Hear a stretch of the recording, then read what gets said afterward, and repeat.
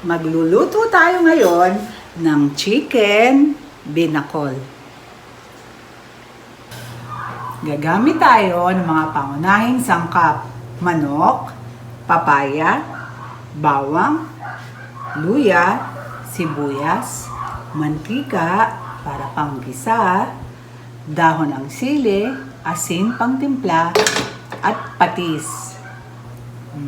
At ang gagamitin nating pangsabaw ay itong sabaw ng buko.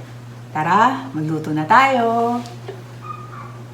Maglagay tayo ng mantika sa mainit na kawali. Gigisa natin dito yung luya, bawang at sibuyas.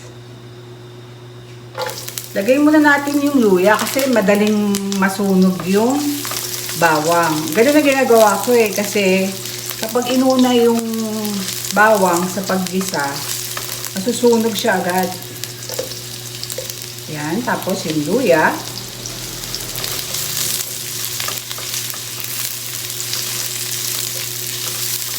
Antayin natin medyo mag-transparent yung luya bago natin ilagay yung bawang. Ayan. And then, gisa natin siyang ganyan yan. After natin igisa yung bawang, sibuyas at luya, sunod na natin yung manok. Actually, itong recipe na to is parang tinola lang talaga. Magbibigay lang dito ng kaibahan is yung sabaw ng buko. Parang magkakaroon siya ng manamis-namis na lasa. Lagyan natin ng konti lang na patis or depende na rin sa panlasa nyo. Haluin para medyo magpantay. And then, tatakpan natin hanggang sa maluto yung manok. Ayan. Habang inaantay natin maluto yung manok, mag-posing-posing muna tayo. Sarot. After 5 minutes, tignan natin. Ayan. Medyo luto na yung manok. Lumalabas na yung mga dugo. Kailangan kasi lutong-luto siya. At saka nakalabas na yung mga dugo para hindi malansa. Medyo lutuin pa natin ng konti. Ayan na. Tignan natin kung naluto na yung manok natin. Yan. Ito pwede na. Pwede na natin isunod yung papaya. Yan.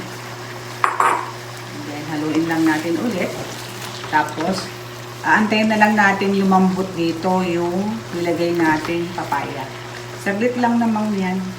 Mamadali na ako kasi meron akong estudyante na papasok. Ayan na po siya. Minamadali na ako.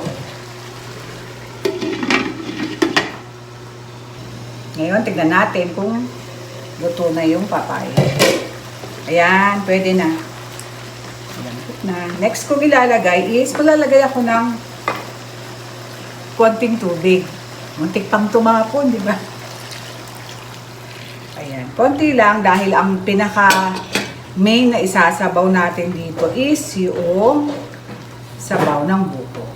Lalagay ko na rin siya para sabay na silang kumulo. Ayan. Actually, first time ko palang niluto to kasi nakatikim ako last time nung kumain kami sa labas ng mga anak ko. And then, nasarapan ako. Sabi ko, itatry ko. Lagyan na rin natin siya ng asin and ng konting magic. Okay na. Konti ko na lahat. Ayan, ngayon takpan natin ulit hanggang sa kumulo. Ayan, kumukulo na. Pwede na nating buksan. Lagay na natin yung buko meat.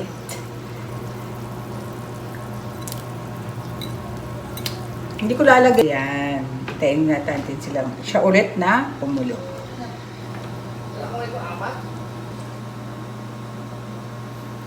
Ininom natin ang sabaw ng buko. Ang sarap. Ang tamis. Ayan. Kumukulo na. Medyo na natin ng bahagya. Yung ay titikman na natin.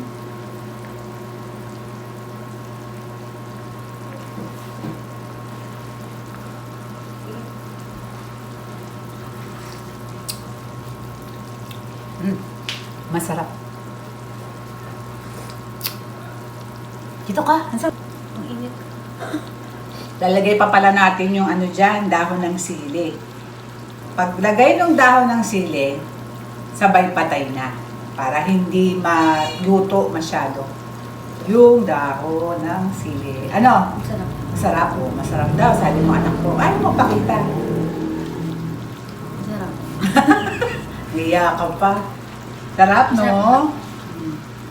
Masarap, guys. Try nyo. Ay, 10/10. Madali lang talagang. Para ka lang talagang nagluto ng tinola. Pero sabaw ng buko yung gagawin. Hindi ko lang alam kung saan province talaga to nagsimula. Pero comment down below kung sa province nyo to. Diba? Ayan. Luto na ang ating chicken binakol. Bye!